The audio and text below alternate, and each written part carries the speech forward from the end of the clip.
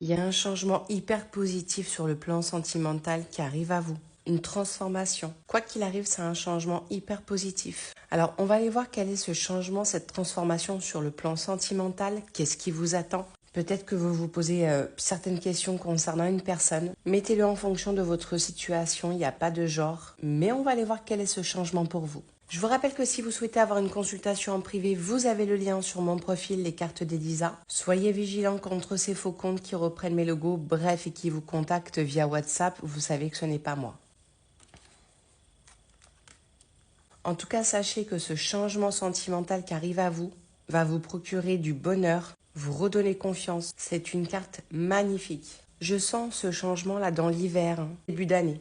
Vous savez qu'on est sur une année de clôture. Il n'y en a plus pour longtemps. L'année prochaine est une année sur le plan sentimental qui n'a rien à voir avec ce que vous avez vécu. Bonheur, confiance, réussite. Tout ce qu'on aime, quoi. Ah, en plus, vous avez la protection. Bah alors là, vous êtes béni. Ça peut concerner une nouvelle rencontre, ça peut concerner un ex. En tout cas, sachez qu'à partir de 2026, l'univers est de votre côté. Vous avez peut-être fait des demandes, on vous a entendu. Ça concerne une relation peut-être du passé avec qui il y a eu une séparation. Vous avez peut-être subi une séparation, une rupture dans l'année 2025. Et là, il y a un grand changement positif par rapport à cette rupture. Alors, sur le plan sentimental, on peut expliquer que cette carte, qui parle plutôt de voyage, de bord de mer ou peut-être même l'étranger, vous a rendu relativement sensible. On parle de sensibilité. On parle aussi peut-être d'éloignement, de distance. Il est probable aussi qu'on parle d'un continent différent. Quoi qu'il arrive, cette carte parle de sensibilité et d'éloignement, de différence. C'est quelqu'un à qui vous pensez encore. Et cette personne pense aussi encore à vous.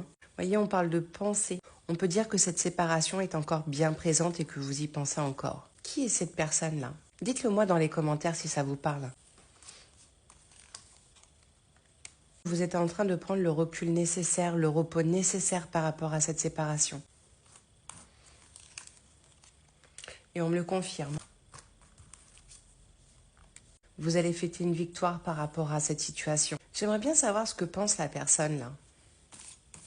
On va aller voir ce qu'elle pense de personne par rapport à vous. Alors, homme ou femme, vous le mettez en fonction de votre situation.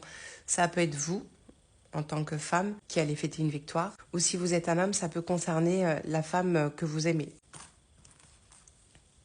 Vous allez avoir un choix à faire. Mais je vous dis pas avant 2026. Il y a des choses qui vont se mettre en place pour vous à partir de 2026 concernant la personne de votre cœur avec qui il y a une séparation.